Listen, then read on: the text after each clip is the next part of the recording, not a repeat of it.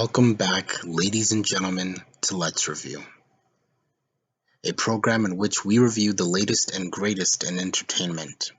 However, today we're going to be doing something new. We're going to be discussing a special event that will premiere this Sunday on television.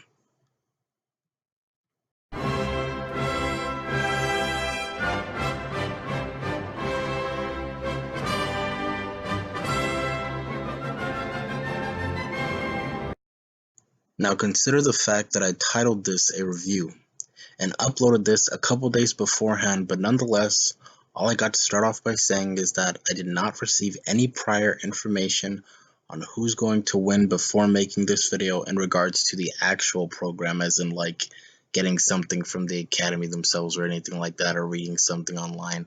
I did, however, do my due diligence, my research, and followed and tracked along with certain programs that I keep up with that are able to make me more assured of what I'm going to be telling you all this wonderful, well, right now it's morning, so wonderful morning.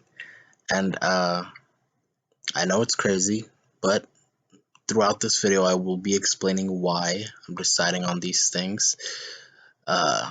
So the plan is to give you guys a general idea of an overview of what the Oscars are, and also explaining to you all quickly how the voting system works, and then giving you all my official results of the winners of this show and the following program. Then I'll be giving you all my final thoughts. Now, let's review. Before we begin, I'd also like to issue a spoiler warning for the review because this may contain spoilers on who wins, because I don't predict, I already know. And now that we got that out of the way, let's begin with the overview. The 92nd Academy Awards ceremony presented by the Academy of Motion Picture Arts and Sciences will honor the best films of 2019. How does the system work in the Academy? Now, if I told you all the inner workings of what goes into how the voting works in the Academy, we would be sitting here for hours. So instead, I got some friends at Vanity Fair to explain it for me. Take it away, Vanity Fair. An all-exclusive Hollywood group consisting of 8,000 members. Yep, we're talking about the Academy. The Academy is split into 17 branches, each with their own set of requirements for entry. For example, directors need at least 2 directing credits, with 1 being in the last decade. You get the picture. Academy members can only nominate within their field, with the exception being Best Picture, which everyone can nominate. We now move on to discuss the results and winners of this year's Academy Awards for the year 2020. To help us along with the breakdown of the nominees, I'd like to introduce another pair of guests, one being John Cho and the other being Issa Rae. Take it away, you two. Here are the nominees for original score voted by the music branch. Joker, Little Women,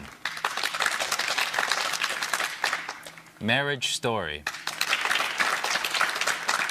1917, and Star Wars: The Rise of Skywalker.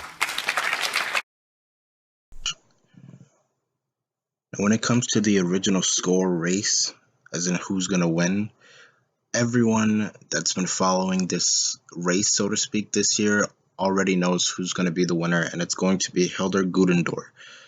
She's been sweeping up every award for the past year, going back to the Emmys, to the Globes, to the BAFTAs recently, and this award is basically going to be hers. She has been the hot name in everyone's mouth for the past year, so she is going to win it. But John Williams is going along to his record-breaking 52nd nomination.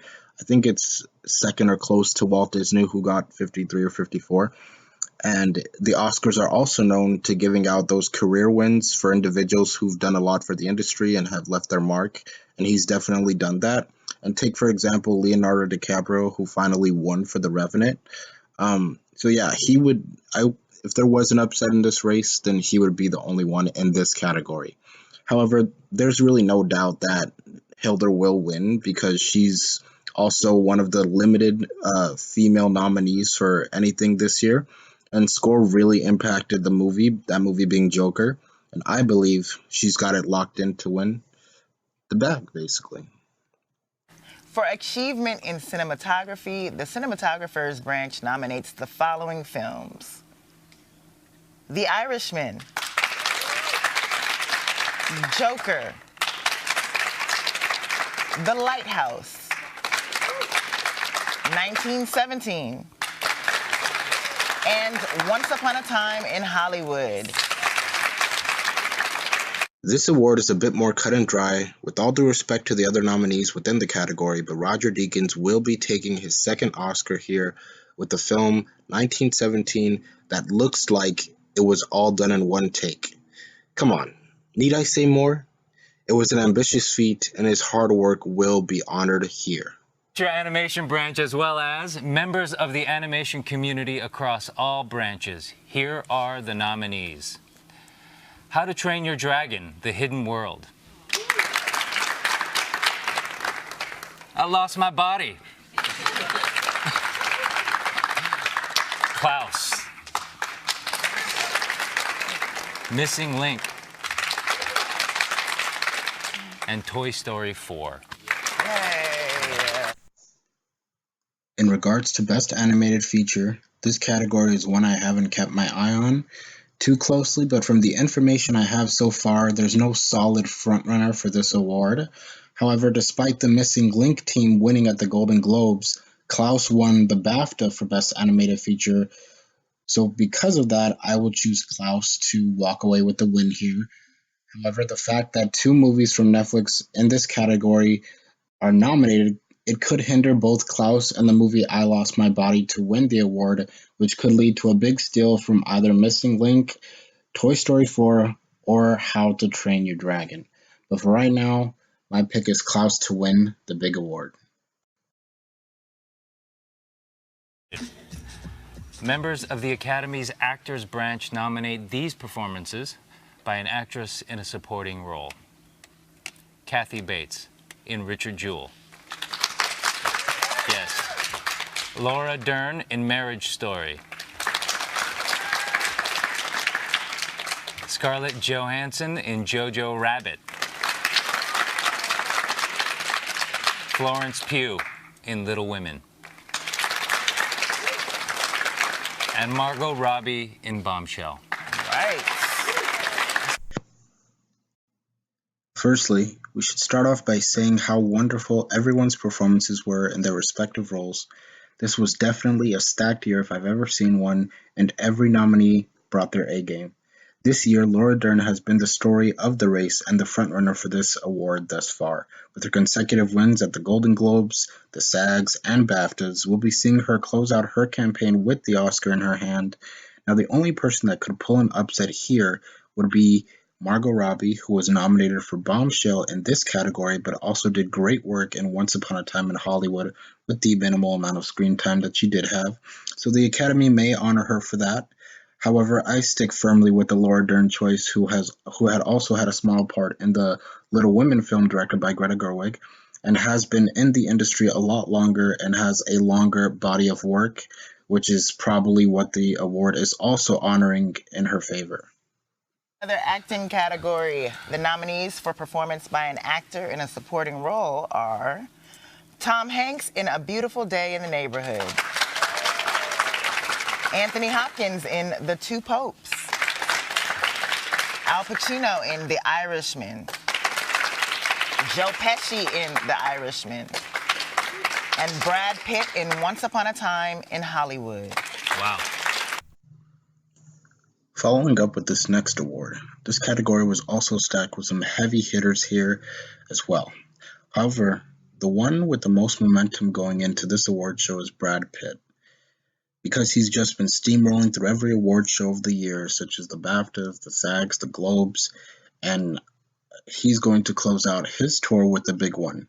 The only big upset that could occur here would be the Joe Pesci effect, who not only came out of retirement for his role in The Irishman, but also came back stronger in his performance as he played a more restrained gangster known as Russell Buffalino, and the likes to which we've never seen him play before. So if there is any upset, I believe it will be from him and the older Academy members voting for his performance. However, the story goes Brad Pitt will win the award, and I think that's enough said. Performance by an actress in a leading role, the Actors Branch nominates Cynthia Erivo in Harriet. Scarlett Johansson in Marriage Story. Saoirse Ronan in Little Women. Charlize Theron in Bombshell. And Renee Zellweger in Judy. This category, although filled with promising and amazing talent, the award will go to Renee Zellweger, who put on a stunning performance as Judy Garland in Judy, and has also been putting on a clinic in all the other award shows as she won the Globes and won at the SAGs and the BAFTAs. Just to put it plainly, I think she's going to be walking in and walking out as the winner of this award. For performance by an actor in a leading role, the Actors Branch nominates Antonio Banderas in Pain and Glory. Leonardo DiCaprio in Once Upon a Time in Hollywood. Adam Driver in Marriage Story. Joaquin Phoenix in Joker. And Jonathan Pryce in The Two Popes.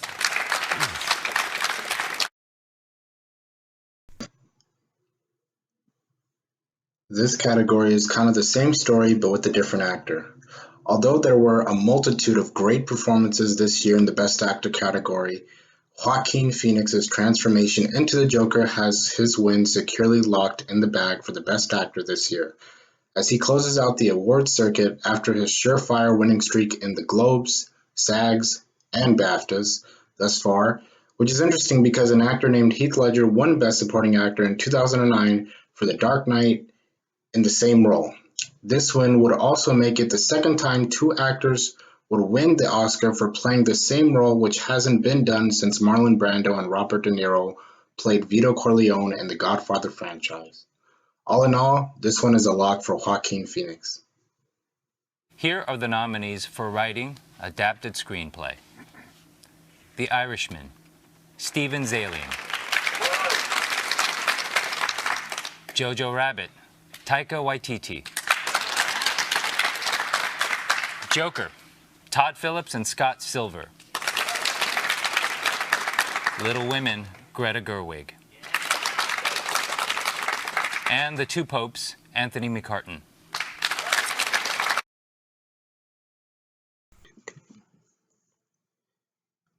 This next category has been a somewhat quiet race as the adapted films really translated well to their respective screen counterparts. However, Taika Waititi's screenplay for Jojo Rabbit has quietly been winning most of the awards in this category, so I'm picking him to win the big one at the Oscars. Original screenplay, the members of the branch nominate Knives Out, Rian Johnson. Marriage Story, Noah Baumbach. Did it. 1917, Sam Mendes and Christy Wilson Cairns. Once Upon a Time in Hollywood, Quentin Tarantino. And Parasite, Bong Joon-ho, Han Jin-won. This category is a different story with much to discuss from the people nominated. Many original stories earned the well-regarded spot. Some, of course, I would have taken out for others, but nonetheless, a great list of nominees. So to set up a bit of groundwork, Tarantino started off this award circuit by winning Best Screenplay at the Globes, After that, Bong Joon-ho would go on to win at the Writers Guild Awards. However, Tarantino's script was not in contention at that award show, although this can be rebutted with his eventual win at the BAFTAs, which both of their scripts were nominated and in contention for, giving me this idea that Tarantino will still win at the Oscars due to his script subject matter and his favor with the Academy and his limited amount of nominations this go around, and his only real other competitor in this affair would be Bong Joon-ho, especially after his BAFTA win.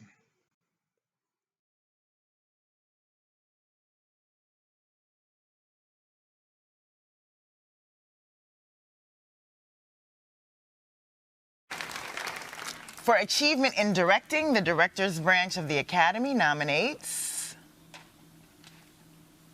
The Irishman, Martin Scorsese. Joker, Todd Phillips. 1917, Sam Mendes. Once Upon a Time in Hollywood, Quentin Tarantino. So the nominees this year gives us a blessing and a curse. The curse is that there's a lack of variety of directors that could have been on here that surely deserved it. And also, this award is a bit harder to give to one person due to the fact that all filmmakers nominated did a great job on their respective films. But lucky for us, I know who's going home with the gold. And this could go one of three ways. However, to keep it short and sweet, this award will be given to Bong Joon-ho. He's heading into this event with so much steam, with no signs of stopping. He will walk out with something, and something major. Therefore, I'd like to bring your attention to the Oscars from last year, because this year we'll have a repeat of what happened last year. I'm referring to Alfonso Cuarón's Best Directing win last year. He was put in most of the same categories as Bong Joon-ho, including Best Picture for Roma. However, he received only 2 of those many noms he garnered, and the call will be to give it to Bong Joon-ho out of respect for the art he made, the statement that came with it, and how modern mainstream audiences connected with the film. All voting members of the Academy have nominated the following films for Best Picture. Ford versus Ferrari, Peter Chernin, Jeno Topping, and James Mangold, producers. The Irishman, Martin Scorsese, Robert De Niro, Jane Rosenthal, and Emma Tillinger-Koskoff, producers. Jojo Rabbit, Carthew Neal, and Taika Waititi, producers. Joker, Todd Phillips, Bradley Cooper, and Emma Tillinger-Koskoff, producers.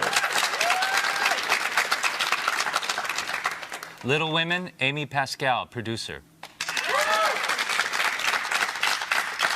Marriage Story, Noah Baumbach and David Heyman, producers.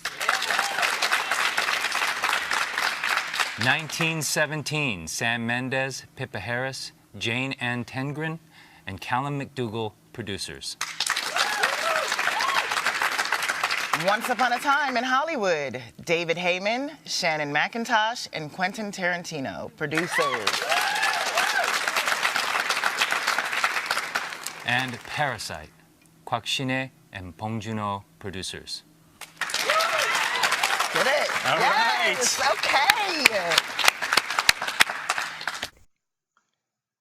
Now this category is packed with great films of the like, and all of them were a spectacle to behold. However, 1917 will walk away with the gold this year, as I once again referred to last year's Best Picture winner Green Book, which had picked up steam and won the big award for the film, but not the filmmaker, that being Peter Farrelly, which is why I believe 1917 will be given the biggest award of the night. So the wrap up and final thoughts for me is that this year was jam-packed with a lot of wonderful movies from a lot of wonderful different people with so many different perspectives, and the time that we're in now, we're going to need a lot of those types of different stories from different points of view so that we can all learn and grow, because at the end of the day, that's what film is about. It's about telling stories, sharing our fears, sharing our hopes, sharing our dreams, sharing our love, and expressing so many things we never thought we could in stories that mean something to us and could mean something to everyone else watching them. So continue to tell those stories, and I hope they do. And I hope this year is jam-packed with the same great movies. or better movies than we got last year.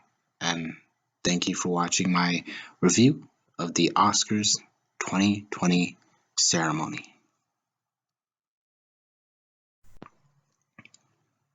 Please be sure to like, comment, subscribe if you like what you enjoyed here, and check out the rest of my work and my content on my Praise K3000 channel, as well as this channel, Praise K3000 Let's Review.